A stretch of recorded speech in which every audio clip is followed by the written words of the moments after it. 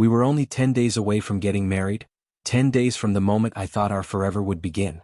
Family and friends had already traveled in. Rooms were reserved, deposits paid, flowers arranged, the venue secured. Everything was lined up perfectly. At least that's what I believed. Her name was Sia. We met several years ago at a charity event I nearly skipped. She was fearless, stunning, quick-witted in that dry, clever way. She pushed me, challenged me, and I admired that about her. We got close quickly, the kind of close where you start knowing each other's thoughts before they're even spoken. We survived financial struggles, sickness on both sides of our families, even a rough breakup during the pandemic, but we got through it. Or at least I thought we did. About 2 weeks before the ceremony, something shifted. Sia became irritable, restless, easily set off. She blamed it all on wedding pressure, the dress fitting that didn't go well, and her mom interfering in every detail. I tried to help. I took more tasks off her plate, reassured her constantly, told her I loved her and that everything would settle. I believed it with my whole heart. Then came the night everything collapsed. It was a Saturday. Her friends had taken her out for a small bachelorette dinner.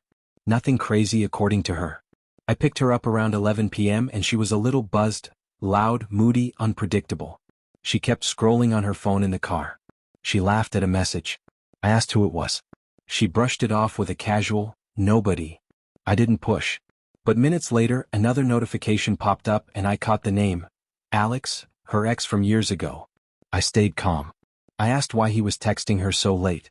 She sighed, annoyed, and said he was just congratulating her on the upcoming wedding. Then she tossed in, "Don't start getting insecure now." That stung. We argued, not yelling but emotional. I told her it wasn't appropriate to be chatting with an ex days before our wedding.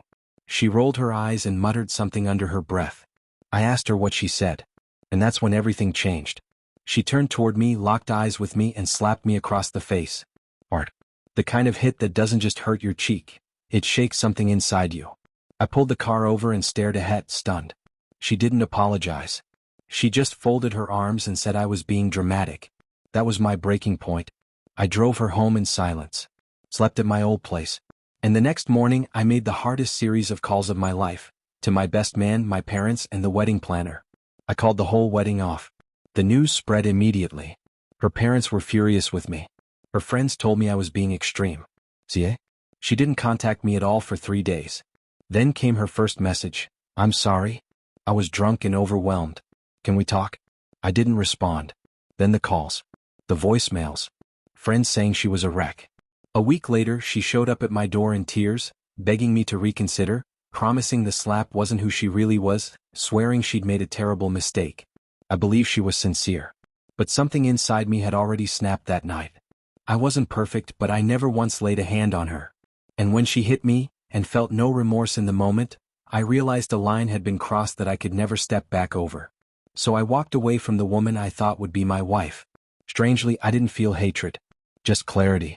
I would rather endure the heartbreak of leaving than live with the regret of staying with someone who thought hurting me was acceptable when emotions ran high. She still reaches out. Still apologizes. Maybe someday I'll reply, not to restart anything but to let her know I forgive her, even if I'll never forget.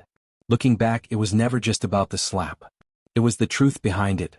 Love without respect is a slow-burning fuse. You can plan a flawless wedding, pay for the best venue, say all the beautiful words in the world, but none of it matters if the person beside you doesn't value your dignity. She made her choice in anger. I made mine with a clear mind. Walking away cost me money, sleep, memories, and a future I thought I wanted.